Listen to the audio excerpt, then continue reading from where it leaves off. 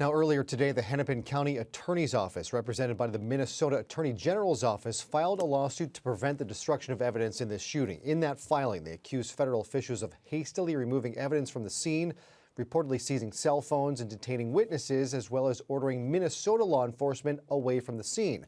Well, tonight, a judge has granted a restraining order preventing the destruction of evidence. There's a hearing set for noon on Monday. There was also some violence from protesters following that shooting this morning. The Department of Homeland Security reported the tip of an officer's finger was bitten off by a protester, and they will lose that finger. The perpetrator was arrested. So nothing like that seen here in Southern California, where a vigil was held in solidarity with those in Minnesota. People at that event also condemning this latest shooting by a federal agent.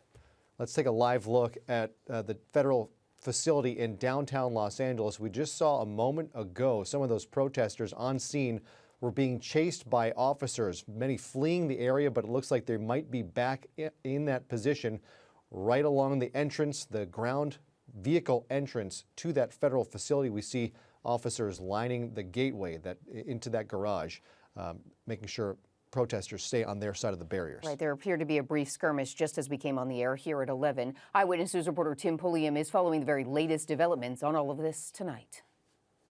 Demonstrations across LA and here in downtown have been mostly peaceful. Protesters demanding a stop to these ICE raids. Their emotion, raw and explicit. Protesters verbally assault officers guarding the federal building downtown. The group outraged by the shooting death of Alex Pretti, the 37-year-old nurse gunned down by ICE agents in Minneapolis. That's why we protest here, so they could hear us, so they could see that we care about them. But on the other side of the federal building, a more somber anti-ICE demonstration. You are still the God who makes a way. Interfaith leaders prayed and pleaded for lawmakers to put a stop to recent violent immigration enforcement actions. Please hear our cry, hear the cry of our families, and turn away from this evil.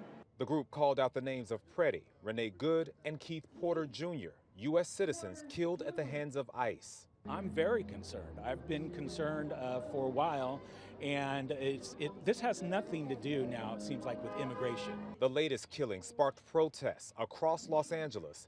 Air 7 capturing rallies and marches in North Hollywood to downtown LA to Boyle Heights. When immigrant rights are under attack, what do we do? Stand up, fight back. We need to come together and let it known that we're not going to sit idly by while these injustices continue to happen. LA Mayor Karen Bass releasing this statement.